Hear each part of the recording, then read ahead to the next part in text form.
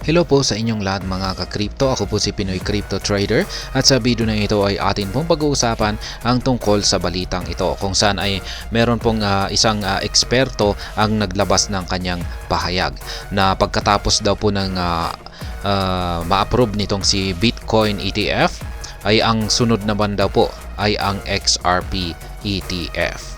Kaya ayan, bago po tayo magpatuloy ay nais ko lamang po munang bigyang linaw ang aking disclaimer kung saan ang nilalaman po ng video na ito ay hindi po ito isang financial advice. For education and information purposes lamang po ang layunin nito. Maliban po dito ay nais ko na rin pong magbigay babala na wala pong kahit anumang group chat ang Pinoy Crypto Trader. Ayan, following the long-awaited Bitcoin spot ETF regulatory approval, prominent crypto community figures now argue an XRP ETF is next.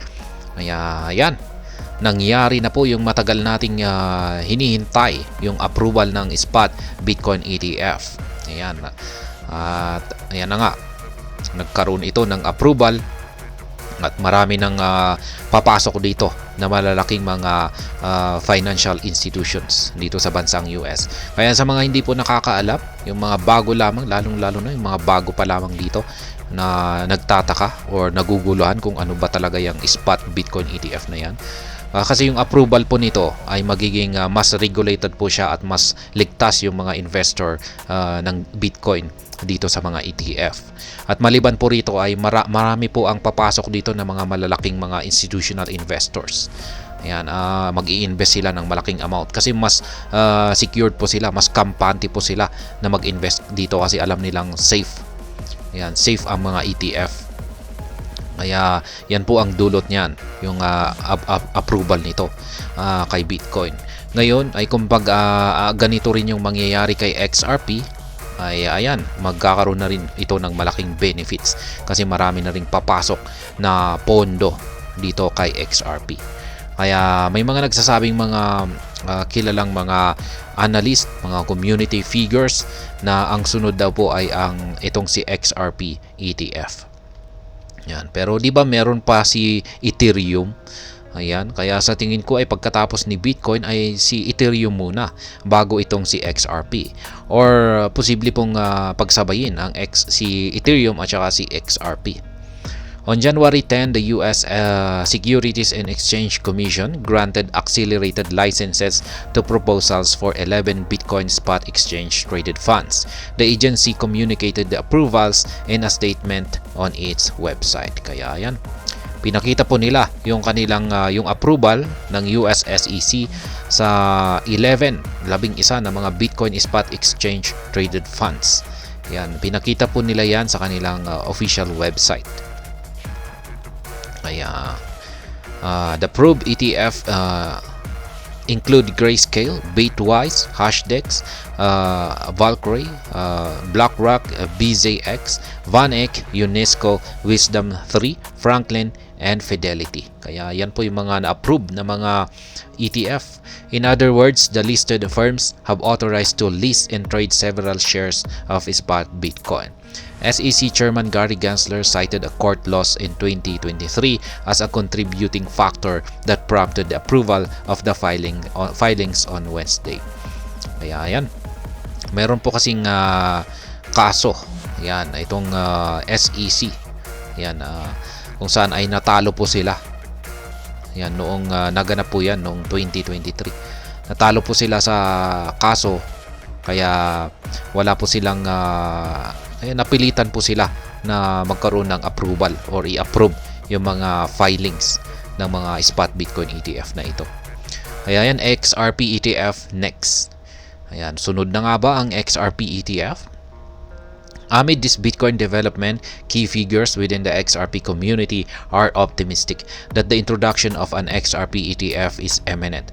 Panos Mekras, a well-known crypto author and co-founder of Anudos Finance, conveyed this sentiment in a recent tweet. An XRP ETF is only a matter of time, Mekras proclaimed on X. Kaya yan, si Ginoong Panos Mekras, yan, siya po ang nakapagsabi na nalalapit na rin daw po ang XRP ETF. Yan, ayon nga sa kanya, it's only a matter of time. Kaya siya po ay isang kilalang crypto author Yan, si Ginoong Panos Mecras at co-founder po siya ng Anodos Finance. Kaya yan po siya. Ito po yung kanyang actual tweet rito. Ayan. Sabi po niya ay an XRP ETF is only a matter of time. Similarly, Zach Rector, a notable pro-XRP crypto YouTuber, argued that an XRP ETF is inevitable. Rector asserted that its arrival does not imply the classification of XRP as a security. In his words, XRP ETF is coming whether we like it or not. And no, it does not make XRP a security. Kaya ayan naman po ang ayon kay Zach Rector. Isa na rin po siyang pro-XRP. Yan. Pag sinabi po nating pro-XRP ay lagi po siyang pumapanig kay XRP at isa po siyang crypto YouTuber. At sinabi po niya ay wala pong makakapigil sa XRP ETF. Kaya ayan, maski sa ayaw at gusto mo ay ayan, darating at darating ang XRP ETF. Kaya ayan po si Zach Rector. XRP is coming whether we like it or not.